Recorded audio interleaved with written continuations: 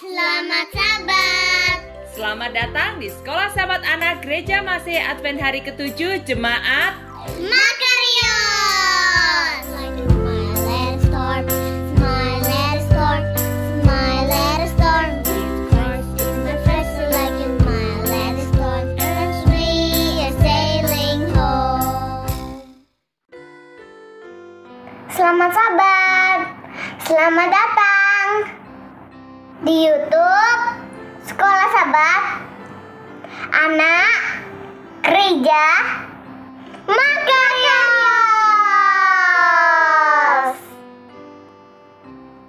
Apa kabar teman-teman? Sehat-sehat kan?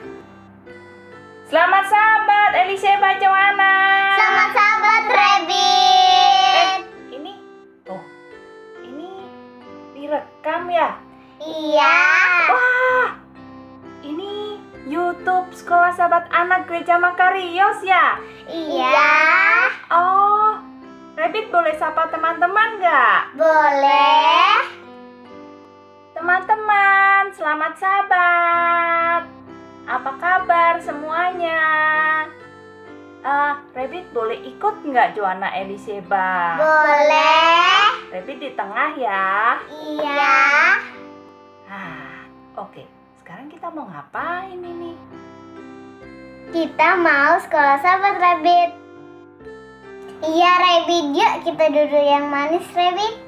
Oh maaf Joanna, tadi nggak lihat Joanna. Ayo, sekarang kita duduk yang manis ya teman-teman. Kita akan memulai Sekolah Sahabat. Terus kita ngomongnya apa Joanna Eliseba? Oh iya, selamat apa? Selamat? Apa kabar? Kok apa kabar? Selamat beribadah. Ya kan? Oh iya. Ayo, kita Iya. ngomong yuk. 1, 2, 3. Selamat beribadah. Selamat beribadah, teman-teman. Kita akan memulai Sekolah Sahabat dengan doa buka yang akan dipimpin oleh Alessa dan Winston. Sikap doa yang baik. For I start my Sabbath school, let me not forget to pray. To God who keep me through the night and wake me with the morning light. We love you God. Amen. Berita mission kita akan dibawakan oleh Mem Melvi. Halo, selamat Sabat anak-anak. Apa kabar? Kiranya anak-anak semua dalam keadaan sehat-sehat dan bahagia pada hari Sabat yang indah ini. Pada hari Sabat ini kita akan mendengarkan berita mission yang berjudul Apakah Anda Mengerti? Kisah ini adalah cerita daripada Maxo Dorlis yang berumur 40 tahun. Dia berasal dari kota Haiti. Anak-anak, kita dengarkan ya kisah daripada Maxo ini. Maxo pada saat itu adalah usia 14 tahun. Dia senang membaca Alkitab setiap pukul 16 di rumput di halaman rumahnya di pusat kota Haiti. Dia suka cerita Alkitab, khususnya tentang Musa dan 10 perintah Allah. Suatu hari, anak gadis bernama Natasha yang saat itu berumur 12 tahun melihat Maxo membaca Alkitab. Natasha mengatakan, Maxo, kamu mengerti tentang Alkitab? Dan Maxo menjawab, ya saya mengerti. Maxo mengundang Natasha untuk belajar Alkitab bersama. Maxo telah mengetahui kalau Natasha adalah beragama Advent yang beribadah pada hari yang berbeda dengan dia.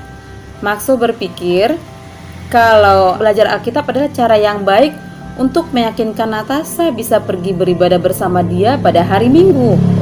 Karena Natasha adalah Advent beribadah hari Sabtu, sementara Maxo pada saat itu beribadah pada hari Minggu.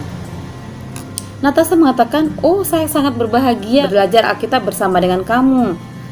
Saya merasa senang bisa membagikan yang saya tahu tentang Alkitab.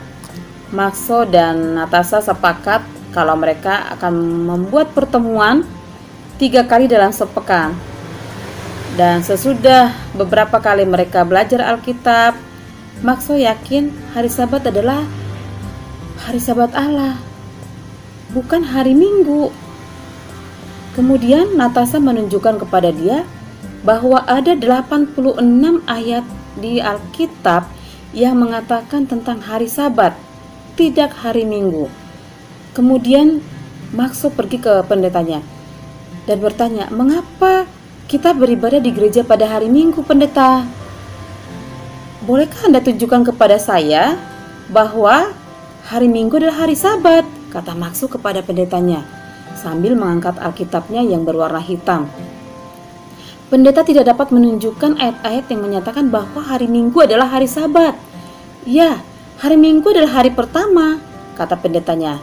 "Tetapi karena Yesus bangkit pada hari Minggu, itu sebabnya kita memelihara hari Minggu itu sebagai hari Sabat."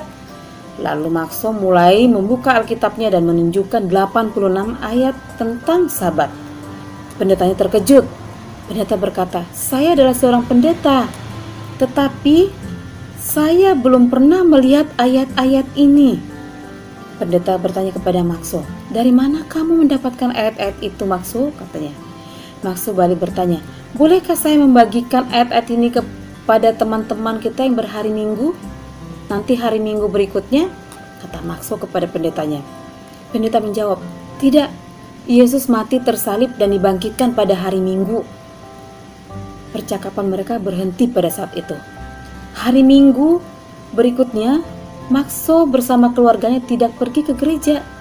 Dia melanjutkan belajar Alkitab dengan Natasha. Dia telah berhenti makan babi, daging babi maksudnya, berhenti makan udang dan segala makanan yang haram. Maxo juga sudah berhenti minum bir. Yang sebelumnya dia suka minum bir, dia sudah berhentikan. Kemudian temannya Natasha tadi mengajak dia untuk ikut beribadah bersama dia di gereja dia pada hari Sabat. Dan Maxo meyakinkan, tahun depan saya bisa bergabung. Kemudian pada hari Sabat depannya, Maxo mengikuti Natasha untuk pergi ke gereja beribadah bersama dia pada hari Sabat. Harusnya dia ke sekolah, tapi dia tidak pergi ke sekolah. Dia malah pergi beribadah bersama Natasha. Maxo tidak memberitahukan itu kepada ibunya karena dia takut ibunya akan menghentikan dia. Kemudian Maxo mengemas pakaiannya. Dia menaruh pakaiannya ke dalam rangselnya. Dia berhenti di sebuah tempat, di sebuah restoran, cari toilet di sana untuk mengganti pakaiannya. Dia masukkan ke ranselnya supaya dia bisa menggunakan pakaian ke gereja untuk bertemu Natasha. Mereka pergi bersama-sama. Terus Maxo berkata, dia rasakan saat itu adalah sangat beda dengan tata cara beribadah yang dia selama ini lakukan. Mereka tidak memainkan musik yang sangat keras-keras atau nyanyian-nyanyian yang sangat keras-keras, serta khotbahnya sangat berbeda. Dia bilang kepada Natasha, "Saya sangat suka cara beribadah," kata dia, "cara beribadah yang saya rasakan saat ini," kata Maxo kepada Natasha. Kemudian pada Sabat berikutnya, Maxo ikut lagi bergabung untuk beribadah pada hari Sabat. Berikutnya, dan berulang-ulang dia pergi beribadah pada hari Sabat. Tepatnya pada tanggal 22 September tahun 95, Maxo akhirnya dibaptis. Pada saat itu dia berumur 15 tahun. Pada saat ada KKR atau kebaktian kebangunan rohani, pada saat itu Natasha sangat senang dan Maxo adalah orang yang pertama dibaptis menjadi Advent dalam keluarganya. Dan melalui kesaksian Maxo kepada anggota keluarganya, dia menceritakan tentang ajaran Advent. Dia menceritakan bahwa tentang hari Sabat itu sudah diajarkan di Alkitab dan harus dilakukan. Kemudian dia sampaikan ini kepada keluarganya sampai akhirnya 15 anggota keluarganya termasuk ibunya ikut dibaptis dan bergabung menjadi anggota gereja Masehi Advent hari ke-7 sampai sekarang. Dan Maxo sangat berterima kasih kepada Natasha karena dengan Natasha bertemu dengan dia bisa mengenal akan kebenaran, dia bisa mengenal tentang hari Sabat. Natasha mengajarkan tentang Alkitab kepada dia dan dia bisa mengikutinya karena memang hari Sabat adalah hari yang suci untuk dikuduskan. Pada saat ini, Maxo sedang mengikuti pendidikan menjadi seorang pendeta di Universitas Karibi Selatan di Trinidad dan Tobago. Bagian persembahan pada saat ini adalah untuk membiayai pelatihan misionaris di kampus tersebut. Anak-anak, berita yang sangat bagus untuk kita dengarkan bagaimana seorang Maxo yang pada saat itu umur 14 tahun sudah gemar membaca Alkitab, dan kemudian dengan pertemuannya dengan Natasha juga umurnya 12 tahun saat itu sudah mengerti dan sudah bisa menceritakan tentang ajaran agama yang dia anut. Sehingga dengan cara seperti itu mereka berteman. Maxo tertarik dan dibawa bergereja sehingga dia mengikuti ibadah-ibadah pada hari Sabat dan dia menerima beberapa keluarganya dibaptiskan, dan sampai sekarang ini mereka adalah anggota gereja Masih Advent yang masih aktif. Demikian berita mision kita pada hari ini, pada hari Sabat yang indah ini. Kiranya ini boleh menjadi pelajaran yang baik buat anak-anak, buat kita semua. Terima kasih, Tuhan memberkati. Selamat Sabat. Kelas beginner dan kinder akan dibawakan oleh Aunty Christine. Selamat pagi, selamat Sabat. Ketemu lagi sama Aunty Christine di sini. Aunty hari ini mau cerita yang berjudul Hanya Seorang Gembala. Nah, ini pelajaran dari kelas kindergarten. Ayo semua duduk manis, lipat tangannya. Nah, di sini menceritakan tentang Daud. Jadi, pada suatu ketika Tuhan Yesus, Allah Bapa kita berbicara kepada Samuel, "Pergilah kamu ke Isai, saya akan mengurapi salah satu anaknya Isai untuk menjadi raja bangsa Israel." Ya. Kemudian Samuel mengisi wadahnya. Jadi wadahnya itu seperti minyak urapan kalau sekarang. Jadi wadahnya itu diisi minyak zaitun seperti yang diperintahkan Tuhan kepada Samuel. Lalu Samuel berangkat ke Bethlehem. Sampailah di Bethlehem, Samuel menemui Isai. Lalu Samuel bilang begini, "Isai, saya diperintahkan Tuhan untuk mengurapi salah satu anakmu untuk menjadi raja." Isai bilang gini, "Oh, begitu ya?" Ya. Lalu Nabi Samuel menyiapkan mezbah korban bakaran, ya. Dan kemudian Samuel bilang sama Isai, "Undang semua anak-anak kamu untuk datang kemari." Ya kan? Lalu Isai memanggil 7 orang anaknya. Jadi anaknya ada 7. Nah, lalu anak pertama dipanggil. Oh, gagah, tinggi, besar, ganteng, cakep pokoknya. Wah, di dalam hati Nabi Samuel bilang begini, "Oh, ini nih raja, bakal jadi raja nih. Saya mau urapi nih," gitu. Tapi Tuhan berkata pada Samuel, "Bukan Samuel." Lalu Samuel bilang lagi, "Bapak Isai, ada enggak anaknya yang lain lagi?" "Oh, ada. Sebentar, saya panggilkan lagi." Dipanggilkan yang kedua. Sama, gagah, tinggi, besar. Wah, tapi Tuhan bilang sama Samuel, Nabi Samuel bukan yang ini. Tanya lagi, ada nggak anaknya? Sampai anak yang ketiga, anak yang keempat, anak yang kelima, anak yang keenam. Nggak ada. Tuhan tetap bilang enggak. Coba tanya lagi. Lalu Nabi Samuel bertanya sama Bapak Isai ini tadi, "Masih adakah anakmu?" katanya. "Oh, iya, anakku, tapi sepertinya dia nggak cocok, ya, karena dia kecil, mungil, dan dia suka menggembalakan domba. Ya, dia suka menggembalakan domba anak ini." Lalu Samuel bilang, "Coba panggil." Nabi Samuel bilang, "Panggil saja anakmu." Nah, benar, dipanggil. Ya, dipanggil. Lalu Daud masuk, Daud tiba. Daud itu mengasihi Tuhan, walaupun dia masih muda, walaupun dia hanya seorang gembala, tapi dia sangat mengasihi Tuhan, ya.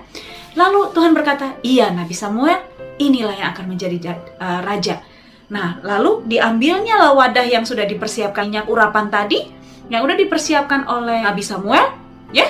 Lalu diurapilah si Daud ini untuk menjadi raja dari bangsa Israel. Nah, sama juga adik-adik buat kita. Kayaknya nggak mungkin ya.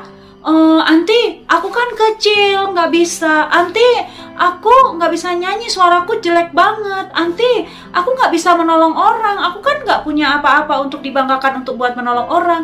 Nggak begitu.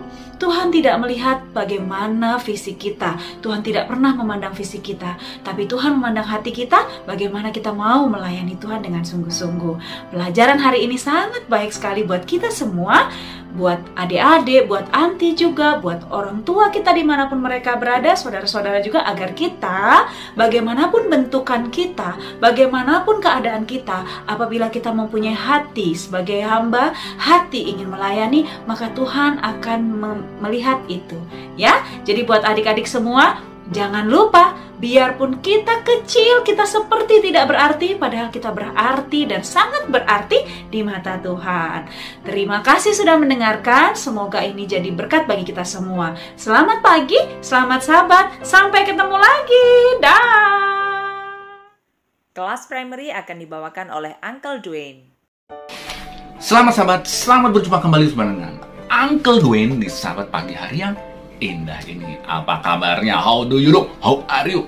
Pasti baik, pasti sehat, dan pastinya rindu untuk datang ke gereja. Judul pelajaran sekolah sahabat kita pada pagi hari sahabat yang indah ini berjudul betul 77 kali 7. Ayat hafalannya terdapat dalam Matius 18 ayat 35. Yuk adik-adik sama-sama kita ucapkan bersama-sama. Hitungan ketiga ya. 1, 2, 3. Ampunilah saudaramu dengan segenap hatimu. Suatu ketika Petrus bertanya kepada Yesus. Petrus bertanya, Tuhan, berapa kali aku harus mengampuni saudaraku? 7 kali kah? Karena dulu itu orang kalau bersalah cukup 3 kali minta maaf sudah. Lalu Tuhan Yesus menjawab pada Petrus, engkau harus mengampuni saudaramu sebanyak 77 kali 7. Jadi bukan hanya 7 kali saja. Maksud Tuhan Yesus adalah bukan soal berapa banyak, tetapi kita harus mengampuni saudara kita tanpa melakukan apa? Perhitungan.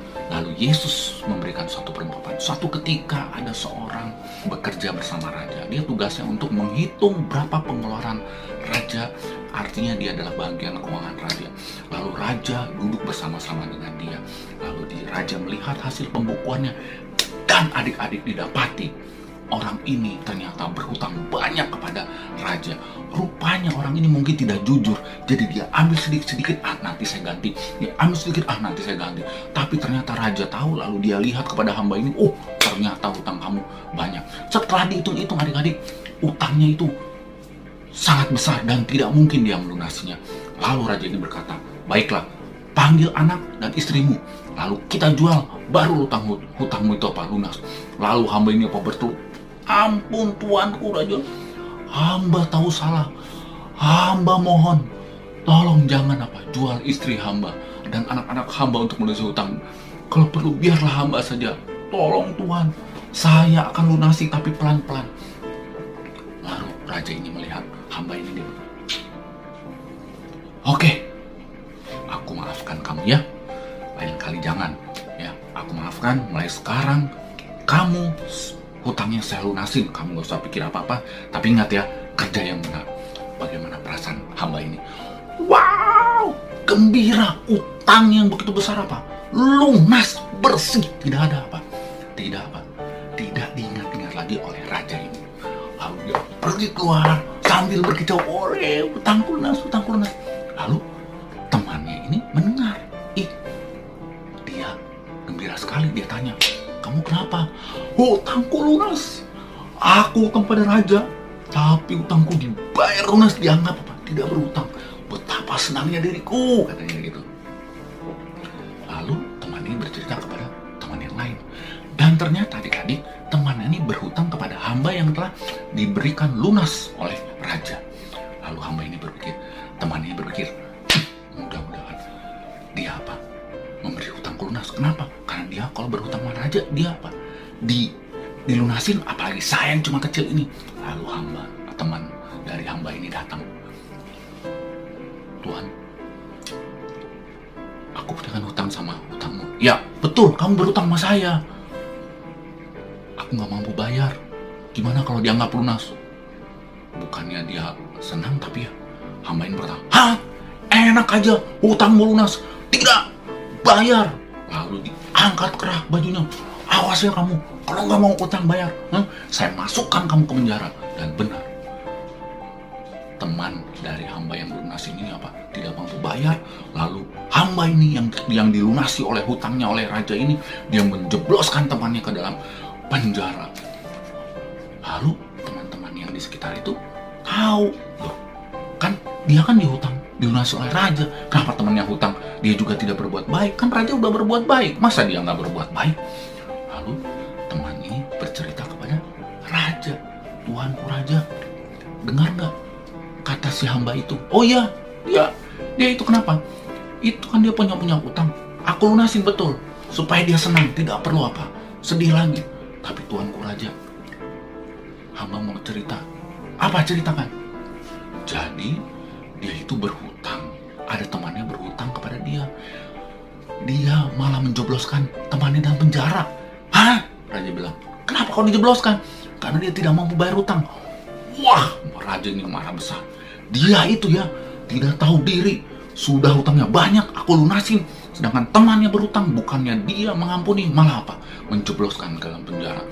Lalu raja ini memanggil hamba ini. "Sini kamu, hamba." "Oh iya, kenapa tuanku? Kamu ini sudah dilunasin hutangmu, tetapi kamu malah menjebloskan temanmu ke dalam penjara. Harusnya kamu itu mengampuni temanmu yang punya hutang. Temanmu hutang berapa?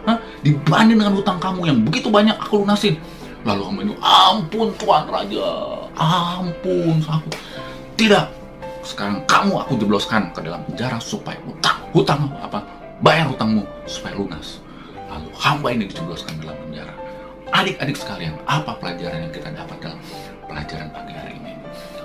Tuhan mengampuni dosa kita yang begitu besar dan mungkin tidak terhingga betapa besar hutang dosa yang kita lakukan kepada Tuhan. Tetapi Tuhan Yesus tidak mengingat hutang itu.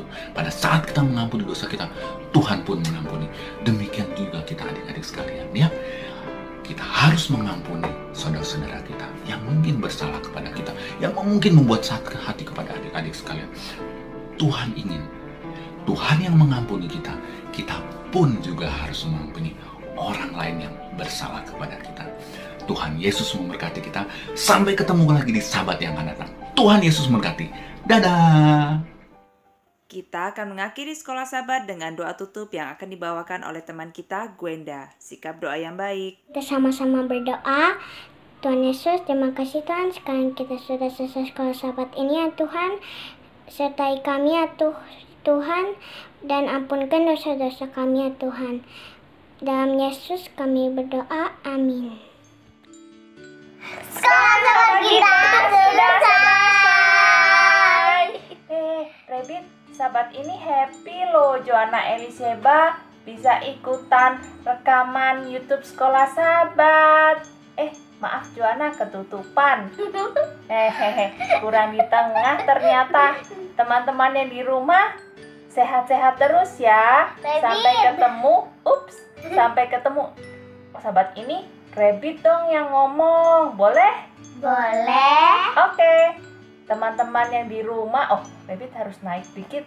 Teman-teman yang di rumah, sehat-sehat ya. Kita harus jaga kesehatan. Sampai ketemu Sabat depan. Tuhan Yesus memberkati. Dan terima kasih juga buat semua yang sudah mengisi acara di YouTube Sekolah Sabat Gereja Makarios. Yuk kita pamitan yuk. Iya. Kita ngomong apa ya? Kita ngomong sampai ketemu Sabat depan gitu ya? Iya. Oke, terus Tuhan Yesus memberkati ya? Iya. Maaf ya teman-teman, kita jadi ngobrol sendiri. Yuk, 1, 2, 3. Sampai ketemu Sabat depan.